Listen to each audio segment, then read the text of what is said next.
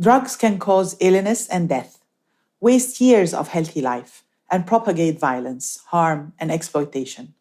Those who are affected by drug use disorders are not the perpetrators of these problems. They are the victims. According to UNODC's World Drug Report 2023, the latest data indicate that globally, 296 million people used drugs in a single year, while more than 39 million of them suffered from drug use disorders.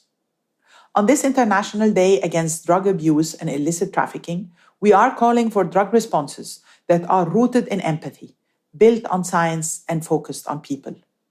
People who suffer from drug use disorders but are blamed and stigmatized instead of receiving treatment and care. People who inject drugs and are far more likely to be living with HIV but face stigma, discrimination, and barriers to treatment. People who are imprisoned for minor drug offenses rather than being given a pathway to recovery and rehabilitation.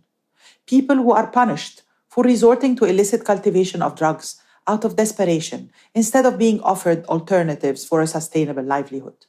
People who continue to suffer pain because of unequal availability of important medicines containing controlled substances.